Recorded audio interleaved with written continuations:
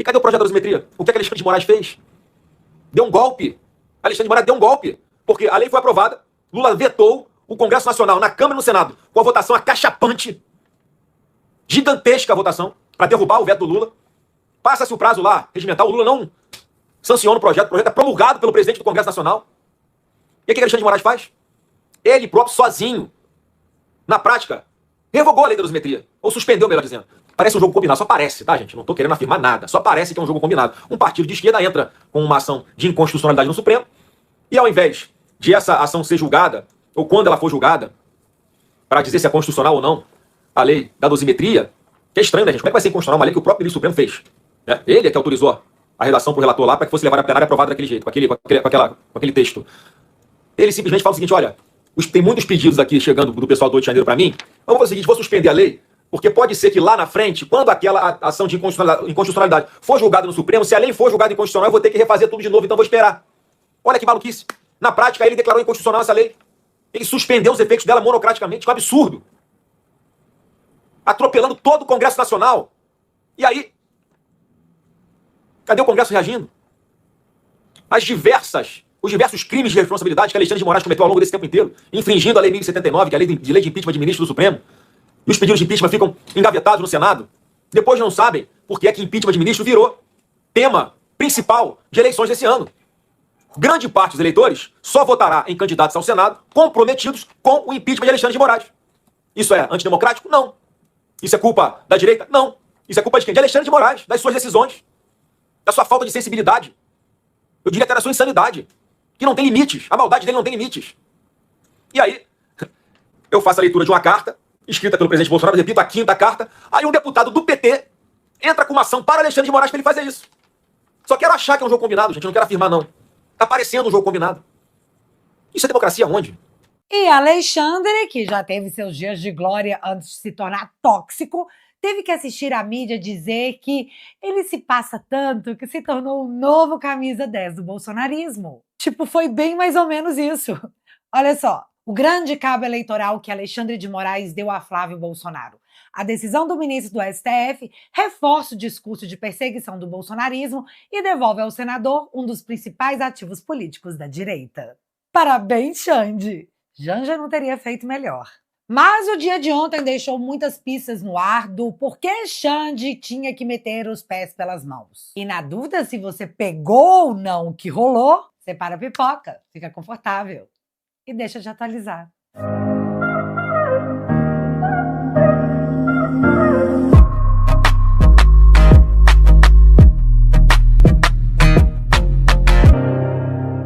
Então, ontem, 13 de julho de 2026, saiu uma pesquisa da BTG Nexus que pode ter deixado o Xande de cabelo em pé. Tá, essa foi maldade mesmo. O senador Flávio Bolsonaro está empatado tecnicamente com Lula no eventual segundo turno. 44% para o Flávio e 47% para o Lula, dentro da margem de erro de 2 pontos percentuais. Ou seja, a coisa tá aberta e competitiva pra caramba. E isso não prova apenas a força do bolsonarismo, mas também sua resiliência. É a prova de que esse movimento simplesmente não vai parar só porque o Barroso falou que tinha vencido. Aliás, isso é um motivacional para o contrário, para a gente não parar nunca. Só que no mesmo dia, no exato mesmo dia que essa pesquisa explode, bam! O ministro Alexandre de Moraes solta uma decisão e suspende por 90 dias as visitas do Flávio ao pai dele, o presidente Jair Bolsonaro, que está cumprindo prisão domiciliar em Brasília. E por quê? Porque Flávio, no sábado, fez uma live e leu uma cartinha que o pai escreveu. Uma carta simples, onde o Bolsonaro não pede votos ao Flávio. Ele apenas reafirma que o Flávio é o candidato dele, o porta-voz da família, e pede pra gente deixar as diferenças de lado e apoiá-lo. Coisa normal de um pai para um filho que está concorrendo à presidência, né? Bolsonaro fez isso devido aos ruídos plantados pela mídia que, de fato, criaram desavenças dentro do próprio movimento. E eu não preciso falar, vocês acompanharam, foi tipo uma novela.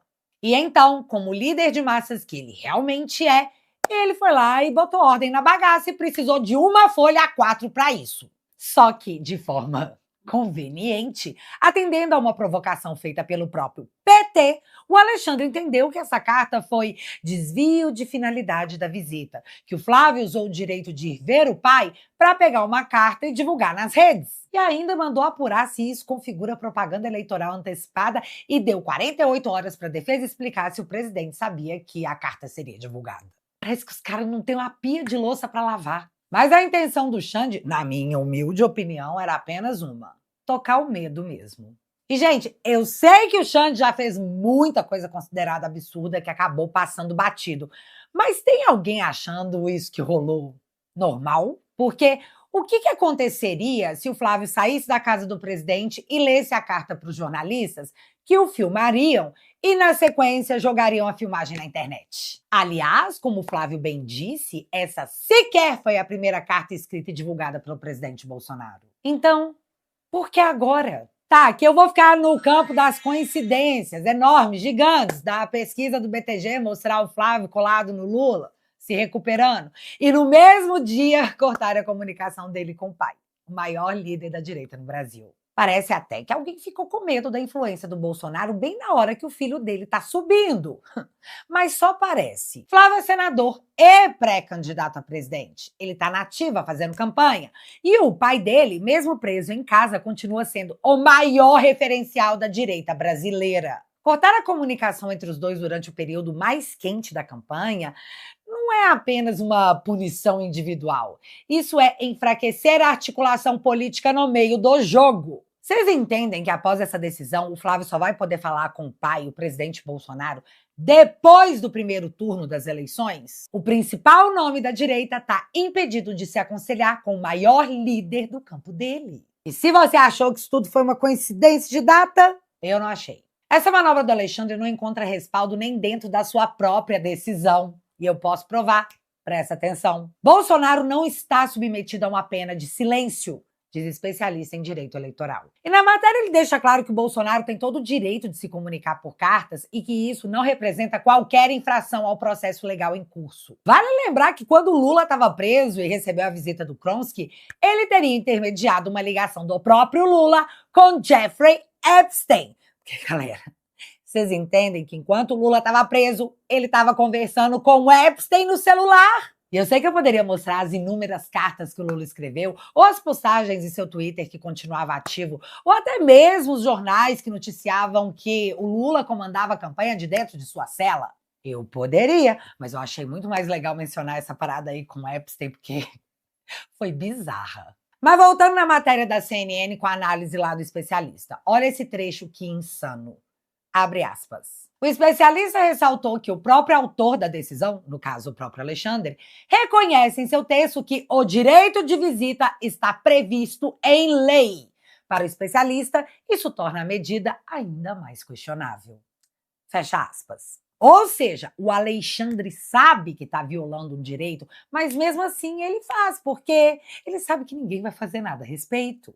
É a nova democracia, viola direitos, mas é pro seu bem.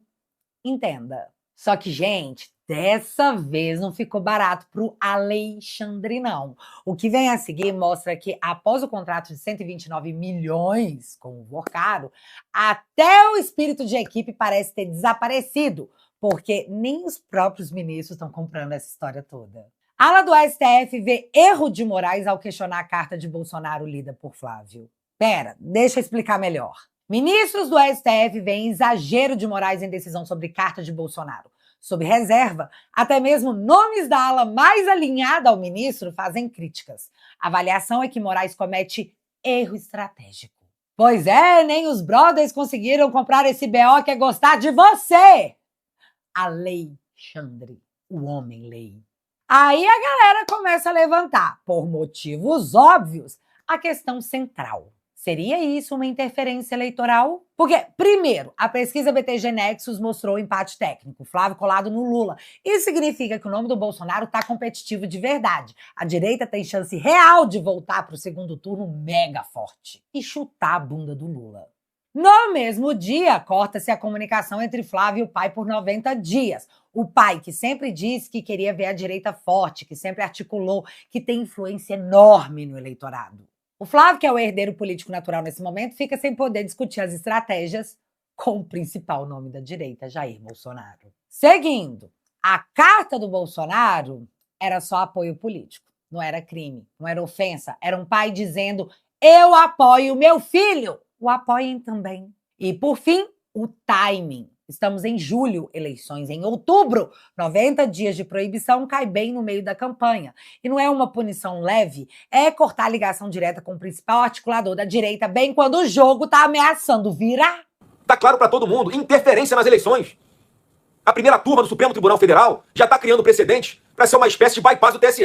Ou seja, eles já começam a tomar para receber petições direto lá na primeira turma do Supremo. Quando houver alguma suspeita de crime contra a honra nas eleições, de calúnia, injúria, difamação durante as eleições, eles já criaram precedente para, ao invés do TSE julgar, quem vai julgar vai ser a primeira turma. Presidente ministro Edson Fachin, o senhor não vai fazer nada. O senhor, com a pessoa que aí dizem que é ponderada, equilibrada, que não coaduna com injustiças, com ilegalidades. Olha o que está acontecendo embaixo do nariz do senhor. A normalidade precisa ser estabelecida pelo menos dentro do tribunal. É Supremo Tribunal Federal, é a mais alta corte do judiciário. Pelo amor de Deus. Não pode acontecer isso. Vamos voltar a ter bom senso, pelo menos. Cadê aqueles ministros, os mais antigos principalmente, que se preocupavam com a credibilidade da corte perante a sociedade? De não julgar conforme capa de processo. De mudar precedente. Estão mudando precedente toda hora porque o perseguido é o presidente Bolsonaro e ficam aceitando. Vocês conseguiram a proeza de colocar a credibilidade do Supremo no mesmo patamar do Congresso Nacional perante a sociedade. Isso nunca aconteceu na história, gente. Presidente Fachin, peço aqui ao senhor de público, restabeleça a ordem na Suprema Corte. O senhor tem poderes para isso. Olha esse inquérito aí do fim do mundo, de fake news, está aberto há 7 anos. Os fatos vão acontecer, o inquérito vai atraindo para si os fatos futuros. Olha que loucura! Olha o pandemônio jurídico que o Brasil vive hoje. Olha a insegurança jurídica. Isso gera instabilidade política, isso afasta investimentos do Brasil. Não tem um investidor que quer colocar dinheiro no nosso país por causa dessa insegurança jurídica. Não dá para fazer um plano de negócio de 10 anos, porque a cada ano muda decisões, muda os precedentes, muda o entendimento da lei. A lei que é constitucional hoje, amanhã já não é mais do nada, da eleição monocrática. Isso está atrapalhando o desenvolvimento do nosso país. Entenda de uma vez por todas. Os com caneta não podem decidir no lugar dos com voto. O nome disso é democracia. Parem de destruir a democracia a título de defender a democracia, que não cola mais. Dito isso, deixa eu falar agora sobre o porquê essa eleição pode ter um peso diferente para o próprio Alexandre, como a sua cadeira de ministro pode depender dessa eleição.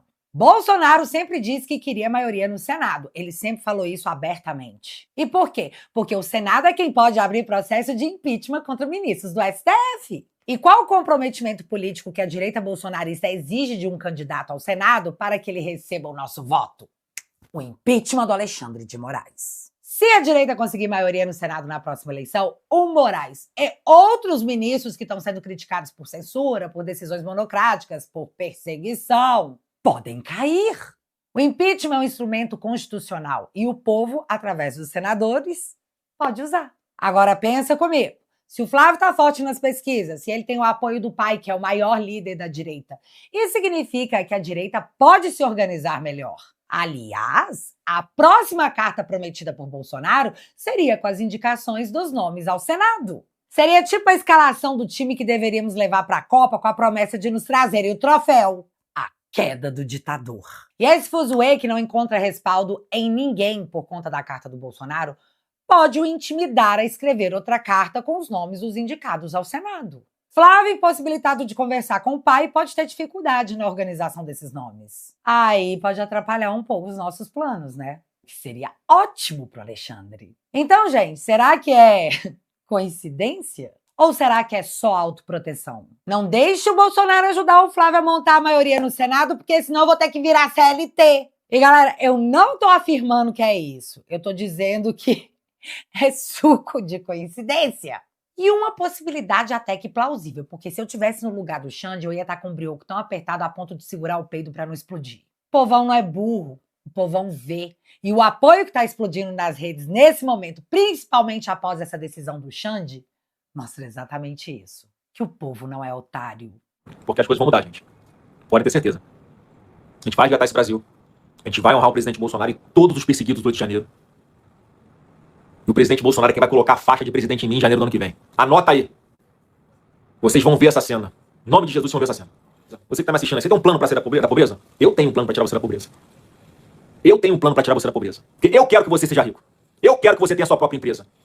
Eu quero que o seu filho tenha educação de qualidade. Eu quero cuidar do seu avô e da sua avó que passa por problema de saúde.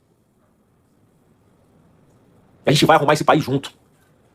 Mas para isso tem uma porteira aqui na frente. Tem uma porta da esperança aqui pra gente em outubro. É só a gente abrir e atravessar. E outra, gente, eu vou pegar pesado sim com a criminalidade. Pode me chamar de radical, não tô nem aí. Não vou mais admitir. Nós, cidadãos de bem, trabalhadores, com medo de andar na rua, e o marginal livre, leve e solto na rua. Quem tem que ter medo de andar na rua, esses são os vagabundos. Não tem que ter vida fácil, não. É pau, é cadeia. Se enfrentar a polícia, vai ser neutralizado. Tem que ser assim, não tem o que fazer mais. Essas organizações narcoterroristas estão tomando conta do Brasil. E aí você vai trabalhar, entra no ônibus aqui, atravessando a Avenida Brasil, os caras dão um tiro pra dentro da pista e matam a pessoa que tá dentro do ônibus, o trabalhador. Como é que a gente vai se conformar com isso? Esse tipo de ser tem ou não tem que morfar na cadeia? Se enfrentar a polícia, tem ou não tem que morrer? Infelizmente, gente. Ninguém aguenta mais, tá todo mundo sufocado com a violência nesse país. Mas pra isso a gente tem que ter segurança jurídica, né? Vocês sabem quantos ministros do Supremo o próximo presidente da República vai indicar? 4. O próximo presidente da República indica 4 ministros do Supremo. E hoje em dia, do jeito que as coisas estão, o ministro do Supremo faz o que quer. Dá uma canetada e libera o aborto. Dá uma canetada e libera as drogas. Dá uma canetada e impede de construir uma ferrovia. E leva 10 anos para ter licença ambiental para ser construída, mais 10 até conseguir ter autorização judicial para começar a obra. O Brasil é inviável, gente. Tem que ter segurança jurídica. Ai, Flávio, titia Bárbara tá tão feliz com você, moço. Vai ficar bem demais de faixa presidencial. Nu! Ah, e tem um outro ponto que mostra que a justiça pro Bolsonaro parece seguir um calendário bem específico: o eleitoral. Então, sabe a revisão criminal do presidente Bolsonaro em andamento no STF? Segundo bastidores, o Nunes Marques deve segurar qualquer decisão sobre essa revisão criminal até depois das eleições de outubro de 2026. Deliberadamente, para não gerar repercussão política no meio da campanha. Que tipo de democracia é essa que, para conceder um direito, tem que esperar o calendário eleitoral passar? Ficou claro que não é sobre justiça, mas sobre política, sobre projeto de poder que eles não estão nem aí se é seu, que para eles, aparentemente, o povo só serve para pagar imposto, normalizar o absurdo e ficar feliz porque conseguiu dividir a pizza em 3 parcelas no iFood. Eu vejo as postagens, tudo que eu tenho eu devo ao Lula. Aí você vai ver o que a pessoa tem, a pessoa não tem nada. Essa fala do Flávio é o retrato do Brasil hoje. Uma população que se contenta com os farelos jogados em plena miséria que esses cretinos alimentam. Bicho, é muita maldade. E o problema é tipo essa foto aqui. O povo brasileiro se deixando ser preso, sem oferecer nenhuma resistência, quando, na verdade, a força é toda nossa. Esse ano é nossa última chance de arremessar essa cadeira, tipo da Atena. É muito importante que ninguém se esqueça disso. E mais uma vez, obrigada ao Xande, que deixou claro contra o que estamos lutando e o quanto vale o nosso voto e o nosso empenho. Estávamos dispersos e até desanimados, mas você, Xande, nos uniu na lembrança do que realmente importa. Bora demitir o Lula em outubro e ter maioria no Congresso. E, por fim, reestabelecer a democracia. A meta é essa. E chegando ao final do vídeo, eu quero agradecer ao Vicente e ao José, que se tornaram membros ouro aqui do canal. E a vocês, o meu muito obrigada. Não só por acreditarem no meu trabalho, mas por estarem juntos nessa trincheira, porque no final da guerra, você nunca se esquece de quem lutou do seu lado.